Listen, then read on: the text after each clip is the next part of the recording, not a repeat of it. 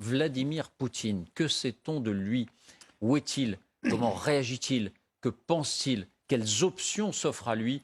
Voici les indispensables avec Fanny Veil. Bonsoir Fanny. Bonsoir David, bonsoir à tous. Alors d'abord, que sait-on précisément de ce que fait et éventuellement de ce que pense Vladimir Poutine en ce moment? Eh bien, Vladimir Poutine s'est retiré dans son manoir de Sotchi, cette immense demeure de luxe, sécurisée, tellement sécurisée qu'il en existe en fait très peu d'images. On a simplement retrouvé ces vieilles archives du début des années 2000. La voici donc, cette demeure, une multitude de chambres, un accès direct à la mer Noire, des salles de réunion. Ce n'est pas en soi une information importante parce que Vladimir Poutine y passe généralement beaucoup de temps. Mais ce que révèle le Moscow Times est plus intéressant. Vladimir Poutine ne veut plus, en tout cas pour l'instant, voir ses généraux, nous dit le journal. Le président a reporté les réunions à Sotchi avec la direction du ministère de la Défense après que l'armée de la région de Kharkiv ait subi la pire défaite depuis le début de la guerre. Pour information, le Moscow Times est un quotidien en langue anglaise. Il est destiné principalement aux expatriés russes. Il avait été interdit de publication au début de la guerre avant finalement de reparaître. Mais de fait, ces informations sont confirmées de sources officielles par le porte-parole du Kremlin, Dmitri Peskov en personne. Oui, Vladimir Poutine devait rencontrer les plus hauts représentants du ministère de la Défense, notamment le ministre lui-même, Sergueï Shoigu, et de l'industrie de l'armement. Et oui, ces réunions ont bel et bien été annulées. Pourquoi? Officiellement, toujours selon Dmitri Peskov, au fur et à mesure que l'opération militaire spéciale se développe, certaines expériences sont acquises et doivent être discutées. Autrement dit, Vladimir Poutine aurait besoin de temps pour digérer les récents revers majeurs dont vous parliez à l'instant, subis par son armée en Ukraine. Avec le recul, David, on se souvient d'ailleurs que Vladimir Poutine avait eu des mots très durs pour son armée, estimant que les autonomistes russophones de l'Est de l'Ukraine, bien qu'étant souvent des civils, étaient de meilleurs soldats que l'armée russe. Est-ce que le torchon brûle? Dans quel état d'esprit se trouve Vladimir Poutine? C'est difficile de le savoir. Oui, cette formulation de Peskov vous fait sourire, Jean-Dominique. Oui. Certaines expériences sont acquises et doivent être discutées. C'est l'art de la litote.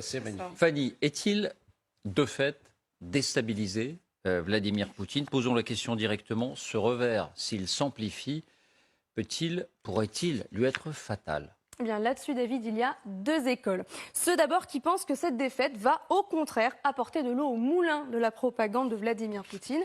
C'est le cas de Philippe Migaud, directeur du Centre européen d'analyse stratégique, spécialiste des questions de défense. On l'écoute. Le storytelling du Kremlin depuis le début, c'est nous sommes menacés, l'OTAN avance vers l'Est, l'OTAN va s'emparer de l'Ukraine et donc nous devons attaquer pour prévenir la menace. On peut être à peu près certain que l'échec qui vient d'avoir lieu dans la région de Kharkov va servir d'argumentaire pour dire « vous voyez, les Ukrainiens, nous aurions déjà dû les vaincre. Si nous ne les avons pas vaincus, c'est parce qu'ils sont aidés par l'OTAN, c'est parce qu'ils sont aidés par les Occidentaux. Et donc nous avions bel et bien raison d'intervenir et d'attaquer les premiers.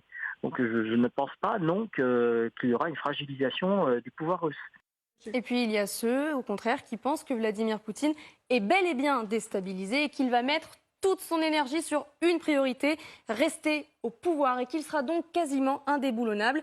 C'est le cas notamment de Jean-Maurice Ripper, ancien ambassadeur de France à Moscou.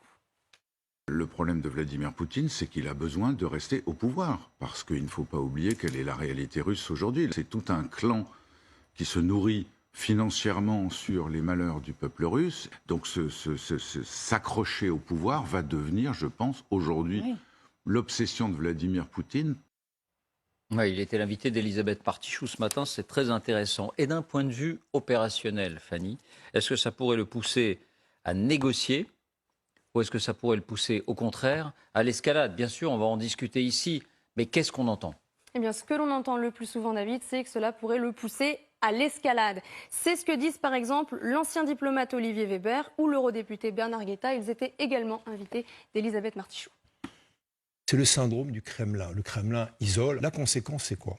C'est une sorte de dynamique de fuite en avant du potentat qui était trahi, qui était mal conseillé, qui est une bête blessée aussi. Ça, c'est très dangereux. Je crains au contraire que la réaction de M. Poutine soit d'ordonner des bombardements massifs sur les infrastructures civiles et sur les populations civiles. Je ne vois pas comment M. Poutine peut se sortir du bourbier dans lequel il s'est mis. Alors, malheureusement, cela signifie qu'il peut devenir formidablement dangereux. Et c'est aussi ce que souhaitent de plus en plus de voix à Moscou, à l'image de la rédactrice en chef de Russia Today qui appelle clairement à la télévision publique à bombarder les infrastructures civiles dans toute l'Ukraine. On l'écoute. А на Украине, на оставшейся, на неосвобожденной, нет гражданской инфраструктуры? Нету. Там нет ЛЭПов, АЭС там еще есть, правда? Узлы, ну много разной всякой инфраструктуры, которая, в принципе, может вывести из строя функционирование этого враждебного нам государства, оставшегося, да? Очень быстро, легко и надолго ему будет уже не до этого. И меня спрашивают, и не только меня, всех ребят спрашивают, а мы почему этого не делаем? Ну, нет ответа. Наверное, сейчас настало время, когда или надо это делать, или объяснить, почему нет. Чтобы люди понимали. Я вот не понимаю, не знаю, ты понимаешь? L'escalade. Aller plus loin, effectivement. Merci.